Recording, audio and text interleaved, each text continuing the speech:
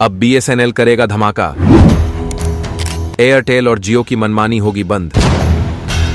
टाटा ने उठाया बहुत बड़ा कदम। हिल गया पूरा टेलीकॉम सेक्टर। 140 करोड़ भारतीयों को फ्री में इंटरनेट देने की हुई बड़ी प्लानिंग।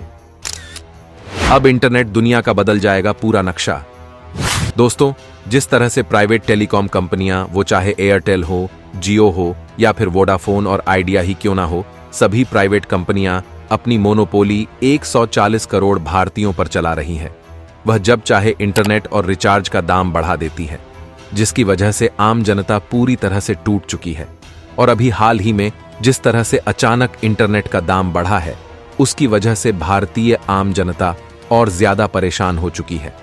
और टेलीकॉम कंपनियों ने लोगों को इस तरह अपने जाल में फंसा रखा है कि उस जाल से निकलना लोगों के लिए नामुमकिन हो चुका है। लोग इतना ज्यादा एडिक्ट हो गए हैं कि इंटरनेट के बिना एक सेकंड भी नहीं रह सकते।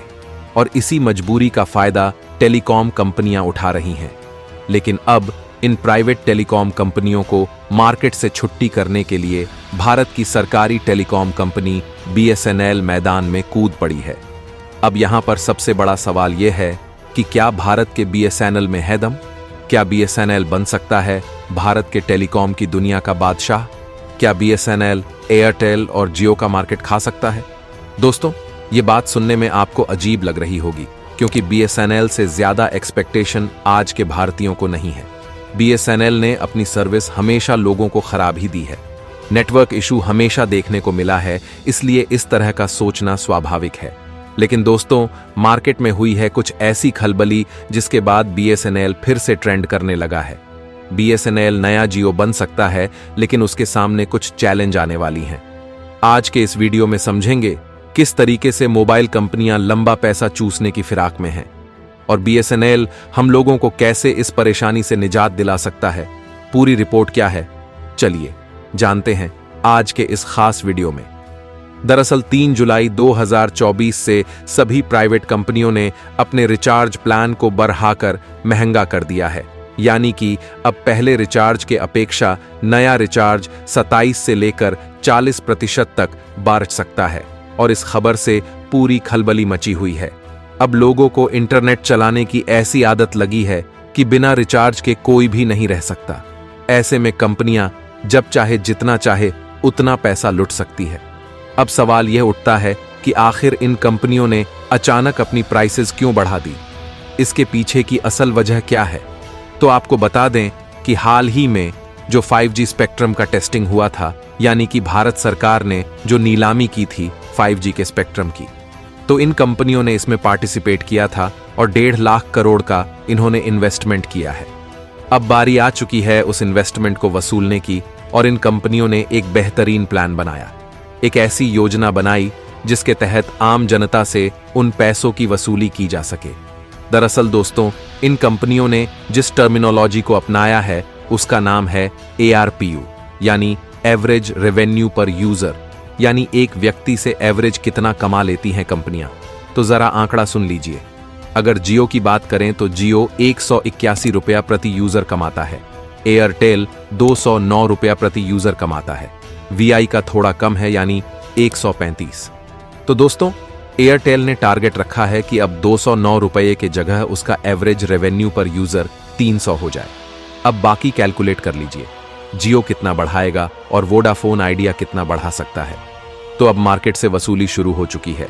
कंपनियां अब जो सर्विसेज दे रही हैं उसके एवज में पैसा लेना बड़े पैमाने पर शुरू करने वाली है।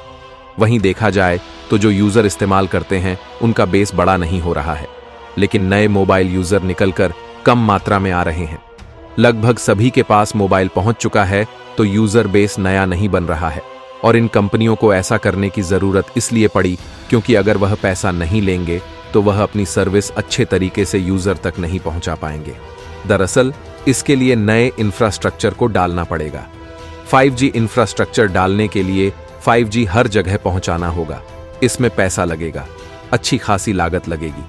तो इसीलिए पैसा निकालने के लिए यूजर से पैसा लिया जा रहा है। लेकिन ये जो हाइक हुई है, प्राइसेस बढ़ी हैं, इसने मोबाइल यूज को काफी महंगा बना दिया आम आदमी के लिए। और इसीलिए बीएसएनएल फिर से चर्चा में आ गया है, क्योंकि सभी कंपनियों ने अपने टैरिफ हाई करने की बात कह दी। लेकिन बीएसएनएल जहां का तहां ही नजर आ रहा है। अगर वह वृद्धि करेगा भी तो ज्यादा नहीं करेगा।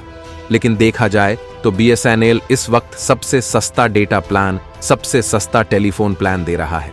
अब दिक्कत यह है कि बीएसएनएल का 4G अच्छी तरीके से रोल आउट नहीं कर पाया है। यानी कि भारत के कई ऐसे शहर हैं, कस्बे हैं, गांव हैं जहां तक 4G नहीं पहुंचता। लेकिन एक एडवांटेज बीएसएनएल के पास में है, वह यह है कि इसका रूरल बैकग्राउंड बहुत मजबूत है। जो हमारे देहाती इलाके हैं, ग्रामीण इलाके हैं, वहां पर बीएसएनएल ही चलता है। वहां पर एयरटेल, जियो नहीं पहुंच पाया अभी तक। ऐसी स्थिति में अगर बीएसएनएल सिंसियर चाहे, सीरियसली चाहे, तो बीएसएनएल इस वक्त सबसे बड़ी टेलीकॉम कंपनी बन सकती है, अगर भारत सरकार चाहे तो।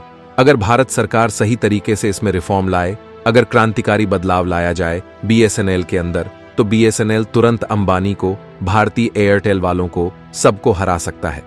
दिक्कत यह है कि क्या बीएसएनएल को रिवाइव करने की कोशिश की भी जाएगी? और डूबा भी तो क्यों डूबा बीएसएनएल, आइए समझते हैं। दोस्तों, बीएसएनएल सबसे पहले शुरू होने वाले टेलीकम्युनिकेशन एजेंसीज में से एक है। यह 1 अक्टूबर 2000 में लॉन्च हुआ था। 2000 से लेकर 2009 तक बीएसएनएल का बूम था। सन 2009 में नई नई कंपनी आनी शुरू हुई। उन्होंने बेहतर कस्टमर सर्विस देने शुरू किए। कस्टमर्स के फोन को अगर कुछ समस्या आ जाए तो जल्द उठाया करती थी। प्राइवेट कंपनियां जल्दी इंस्टॉलेशन करवाती थीं। रिपेयर का काम आता तो भी ठीक करती थी और सारा कुछ एकदम जल्दी करके देती थी, तो इसीलिए पॉपुलर होने लगी। सारी प्राइवेट कंपनियों की स्पीड अच्छी थी, कॉल ड्रॉप कम होते थे। और जब 2009 के बाद इंटरनेट बूम आने लगा भारत के अंदर, उसके बाद में ये सारी कंपनियों ने अपनी स्पीड बढ़ा दी, जबकि बीएसएनएल अपनी स्पीड नहीं बढ़ा पाया था। वीडियो उसमें बफर होते ही रहते थे, गोल गोल चक्कर घूमते रहता था, वीडियो आगे नहीं बढ़ता था। अभी भी कई जगह ऐसा सिचुएशन है जहां बीएसएनएल की स्पीड बेहद स्लो है, जबकि इंडिया में 5G तक रोल आउट हो चुका है।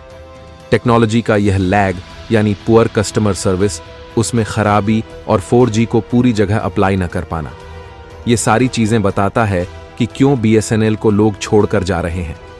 हर साल मिलियंस जो मोबाइल यूजर हैं वह बीएसएनएल से शिफ्ट होकर के एयरटेल, जियो या वीआई में जा रहे हैं।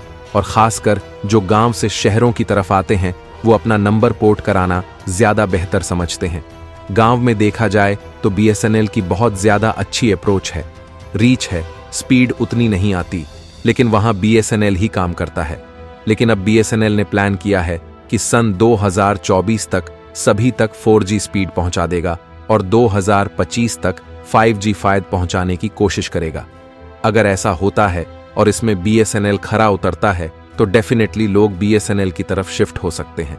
लेकिन फिर वही बात आ जाती है, प्रॉपर स्पीड अगर नहीं दे पाया, 4G बोलने के बाद भी नहीं दे पाया, 5G बोलने के बाद भी नहीं दे पाया, कंज्यूमर्स की प्रॉब्लम को कॉल सेंटर वाले जल्दी फिक्स नहीं कर पाए, तो ऐसी स्थिति में बीएसएनएल आगे नहीं बढ़ पाएगा। लेकिन इस समय बीएसएनएल के पास गोल्डन चांस है, जहां सारी प्राइवेट कंपनी ने अपनी प्राइस को बहुत ज्यादा बढ़ा दिया। लोगों को ज्यादा डेटा इस्तेमाल करने की आदत पड़ चुकी है, तो उन्हें ज्यादा पैसा खर्च करना पड़ेगा। यानी लोग काफी दिक्कत में हैं, तो ये लोग रोल बैक कर सकते हैं बीएसएनएल की तरफ। और अब बीएसएनएल यह अच्छी तरह से जान चुका है कि इंटरनेट की दुनिया में कैसे भूचाल लाना है, इसलिए बीएसएनएल अब बड़े लेवल पर 4G टावर लगाना शुरू कर चुका है। ऑलमोस्ट यह काम अब कंप्लीट ही होने वाला है। इससे देश के बड़े एरिया तक बीएसएनएल का 4G नेटवर्क पहुंचने की राह आसान हो जाएगी।